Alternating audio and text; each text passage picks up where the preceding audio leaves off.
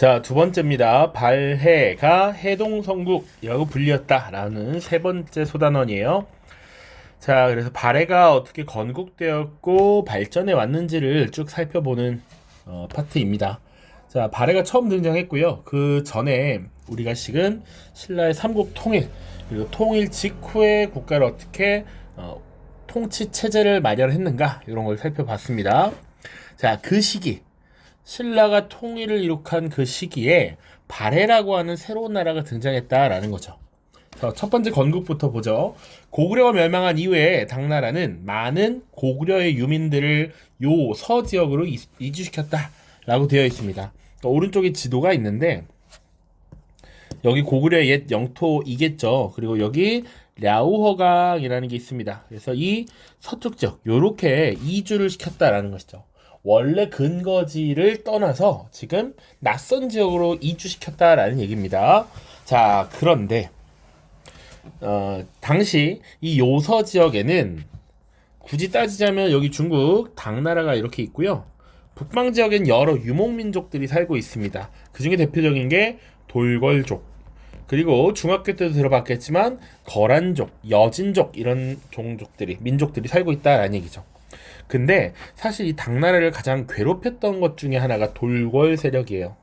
고구려랑 옛날에 연합을 만들기도 했었고 당나라를 지속적으로 위협했던 게 돌궐입니다. 자, 이 돌궐이 당나라를 공격했을 때 혼란한 이런 상황을 이용해서 당시 거란족도 들고 일어나요.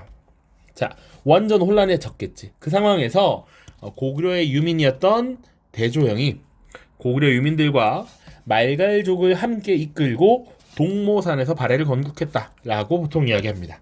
자, 그리고 이 대조영이 죽고 나서 붙여진 묘호가 바로 고왕입니다. 고왕. 자, 그래서 발해가 건국되었을 때가 698년인데 신라가 남쪽에, 발해가 북쪽에 있었기 때문에 이 시대를 지금 남북국 시대가 성립되었다라고 얘기해요. 이런 표현은 조선 후기의 실학자였던 유득공이라는 인물이 북방 지역의 역사를 연구하면서 발해라는 나라가 있었다라는 것을 규정했다라는 얘기죠. 발해고라는 책에서 남북국 시대라는 용어를 사용합니다. 그래서 우리가 그것을 이어서 사용하는 편 이렇게 보시면 되고요. 발전 과정 쭉 보시면 여러 왕이 있습니다. 근데 우리 왕의 명칭을 보면 그 왕이 어떠한 정책을 펼쳤고 어떤 왕이었는지를 대략적으로 알 수가 있습니다. 첫 번째는 무왕, 한자로는 요렇게 씁니다. 굳세다, 싸우다, 무예 할 때 그 무자죠. 주로 당나라와 혹은 주변 나라와 싸웠구나. 주로 힘을 과시하려 했구나. 이런 걸 알 수 있고, 그 다음에 나오는 문왕은 그것과 반대야. 주로 좀 더 유하고 문화, 예술 이런 쪽에 관심이 많았고 외교적으로도 싸우는 것이 아니라 싸우지 않고 해결하는 이런 모습들을 보였다라고 이해하시면 됩니다. 그 무왕 보시면 당나라와 대립했대. 그러니까 발해는 기본적으로 고구려를 계승한 나라이고 그리고 고구려를 무너뜨린 게 당나라죠. 그래서 대립했다. 심지어는 장문유라고 하는 인물을 파견해서 산둥반도를 선제 공격합니다. 그럼 산둥반도가 어디냐? 지도에서 봐야죠. 그곳은 이쪽인데 요렇게 요동반도에서 여기 건너가면 여기 오늘날 칭따오라는 도시가 있는 곳이 여기 산둥반도입니다. 자, 그리고 북방의 돌궐, 바다 건너 일본과 외교 관계를 맺어서 당나라와 신라를 견제합니다. 이 둘이 힘을 합쳐서 고구려를 무너뜨렸으니까. 자, 그 다음 문항 보시면 이제 당나라와 친선 관계를 맺었고 당의 문물을 적극적으로 수용해서 중앙 통치 조직을 정비합니다. 그래서 당나라의 중앙 통치 시스템인 삼성육부제를 받아들여요. 물론 당나라의 제도를 그대로 수용한 것은 아니고 독자적으로 받아들였다. 이렇게 보시면 되겠습니다. 그래서 그 내용은 다음 슬라이드에서 자세히 다룰게요. 자, 그리고 선왕 때가 되면 최대 영역을 확보했고 이 무렵 해동성국이라 불렸대. 여기서 말하는 해동성국은 중국을 기준으로 중국 사사에 기록된 것이라고 보면 돼. 자, 당나라가 여기 있죠? 있고 바다 동쪽에 잘 나가는 번성한 나라라고 생각하시면 되겠죠. 해동성국입니다. 자, 그러면 이렇게 당나라 대립도 하고 친선관계도 맺고. 그래서 잘 나가던 이 해동성국 발해는 어떻게 무너졌느냐? 가장 핵심적인 것은 지배층의 분열입니다. 지배층의 분열로 인해서 국력이 점점 약해졌고, 그리고 직접적인 요인은 거란족의 침략이죠. 그러니까 거란이 10세기 초에 부족 세력을 통합하고 나라 이름을 요라고 해서 건국합니다. 그 거란 세력이 발해를 침략했다. 926년이고요. 그래서 많은 발해의 나라 잃은 백성들, 유민들은 당시 고려로 망명하게 되죠. 그러니까 이 926년이라고 하는 해가 대략적으로 고려 건국이 918년입니다. 바로 또 고려 파트가 나올 거니까 다음에. 자, 그래서 고려가 지금 한반도 북부 지역을 차지하고 있었는데, 이 고려라는 나라 이름에서도 알 수 있듯이 얘네들도 고구려를 계승한다라는 의미거든. 그래서 발해와 고려는 형제다라는 인식이 어느 정도 형성이 되었고, 그래서 발해의 유민들이 고려로 지금 망명했다. 그때 왕의 아들이었던 세자 대광현이 많은 유민들을 이끌고 고려의 망명을 떠났는데, 고려의 태조 왕건이 흔쾌히 그리고 너그러이 받아들였다. 뭐 이런 내용들이 있죠. 자, 오른쪽이 지도 요 최대 영토 시기의 지도인데요. 이 넓은 영토를 어떻게 다스렸느냐? 지방 행정 조직 뒤에 나오겠지만 5경 15부 62주고요. 뒤에 또 나오겠지만 각 부는 15부의 부는 주로 부족의 생활단위라고 보시면 되겠습니다. 부족의 생활단위. 자, 다음 이제 발해 통치체제 보죠. 자, 1번 통치체제 정비. 중앙통치기구 보시면 아까도 얘기했지만 당해제도를 수용해서 삼성 6부로 정비를 했고, 다만 독자적으로 수용했다라고 얘기했습니다. 당과 달리 유교식 명칭을 사용했다. 그리고 이원적으로 운영했대. 그래서 교과서 20쪽에 있는 도식 요거 볼 텐데요. 지금 잘 보시면 왕 아래에 정당성, 선조성, 중대성 3성이 있고요. 정당성 밑에 원래 6부가 있습니다. 6개의 부.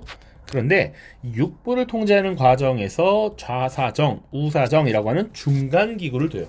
그래서 이 6부를 통제하는 근본이 하나가 아니라 2개다라고 해서 이원적 운영이라고 얘기하고요. 자, 또 하나 봐야 될 건 행정을 총괄하는 최고 기구가 정당성이야. 삼성 중에서도 가장 상위 기구입니다. 자, 이 정당성의 대표 장관을 대내상이라고 했다까지는 알고 계시면 좋을 것 같아요. 대내상. 자, 그 외에 보시면 중정대라고 해서 관리의 비리를 감찰하는 기구가 있습니다. 신라에는 사정부라고 하는 기구가 있었고요. 문적원은 이름에서 어느 정도 유추가 되죠. 문서 관리, 작성. 주자감은 최고 교육기관입니다. 신라의 교육기관 국학과 대비시켜서 기억을 해두시면 되겠습니다. 자, 지방행정조직은 5경 15부 62주로 정비했다. 아까 지도도 봤었습니다. 그 중에 15부는 발해를 구성하는 부족의 독자적 생활권을 인정하고 그것을 하나의 지방행정조직으로 만들었다 라고 보시면 되죠. 자, 그 다음입니다. 발해와 관련해서. 자, 발해와 관련해서 또 봐야 되는 건 그들이 스스로 고구려를 계승했다라는 얘기죠. 그런 의식을 스스로 갖고 있다.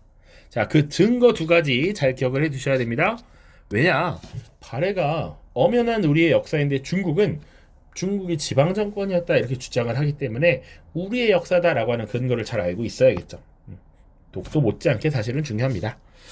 자, 그래서 첫 번째 근거 보시면 일본에 보낸 국서, 외교 서신이 있어. 발해가 일본에 보낸 거. 그 내용을 보면 우리가 고구려의 옛 땅을 회복하고 부여의 풍속을 간직했다라고 스스로 밝혔다라는 것이고요. 거꾸로 일본에서는 어땠느냐? 발해의 왕을 고려국왕, 발해의 사신을 고구려의 사신이라고 불렀다라고 하죠. 자, 이 자체가 지금 발해는 고구려를 계승한 나라야라는 걸 스스로도 그리고 남도 인정했다라는 거야. 그렇기 때문에 이들이 고구려를 계승한 것을 스스로 의식하고 있었구나, 인식하고 있구나. 자, 그리고 스스로 이 세상의 중심이다라고 해서 황제국을 표방합니다. 왕을 하늘의 자손, 천손이라고 불렀고요. 그리고 인한, 대흥과 같은 독자적 연호를 사용하기도 했습니다. 선생님이 여러 번 얘기했지만 이 연호라는 건 연도를 세는 호칭이고, 이 시간을 주관하고 관장하는 건 사실은 이 세계를 주관하는 하늘로부터 권한을 부여받은 자만이 할 수 있는 거거든. 그러니까 스스로 황제가 되었다라고 인식한 거야. 그래서 사실은 조선시대가 되면 연호를 사용하지 않습니다. 중국에서 사용하는 연호를 빌려다가 씁니다. 그런데 우리 고구려 때 영락연호 이런 것도 받고, 발해, 인한대응, 나중에 고려도 볼 텐데 스스로를 황제국으로 인식했다라는 것, 요거 잘 보셔야 되는 포인트. 자, 마지막입니다. 그럼 발해의 문화는 어떠했느냐? 발해의 문화는 고구려를 계승했어. 그래서 고구려 문화를 기반으로 하지만 당나라의 문화도 받아들였고, 그리고 사실은 피지배계층의 다수가 말갈족이었어요. 그래서 이런 세 가지의 문화가 다양하게 융합되었다라는 거 보시면 되는데, 교과서 20쪽에 보면 이것을 자세하게 설명해 놓은 것이 있습니다. 다양한 문화가 융합된 발해 문화. 자, 고구려 문화를 기반으로 당해 문화를 받아들이고 말갈의 토착 문화를 흡수했다. 똑같이 설명되어 있고요. 그 대표적인 사례가 상경성이라고 하는 발해의 수도입니다. 수도. 발해는 사실 여러 번 수도로 옮겼는데 그 중에 가장 대표적인 도시가 상경성입니다. 당나라의 장안성을 모방해서 건설했지만 고구려의 전통 문화를 이어받은 증거들이 있다. 자, 그리고 정효공주묘를 보시면 당나라의 영향을 받은 벽돌 무덤이지만 내부 천장은 또 고구려 양식이고, 그리고 잘 까보니까 말갈 문화를 보여주는 토기가 발견됐다, 뭐 이런 얘기들까지. 그래서 발해는 다양한 문화가 융합되었다 정도 기억하시면 되겠습니다. 자, 이 다음 시간에는 신라 말기에 어떻게 신라가 무너졌고 고려라는 나라가 등장할 수 있었는가, 그리고 고려 초기의 모습은 어떠했는가, 이런 것들을 살펴보겠습니다. 자, 고생 많았습니다. 안녕.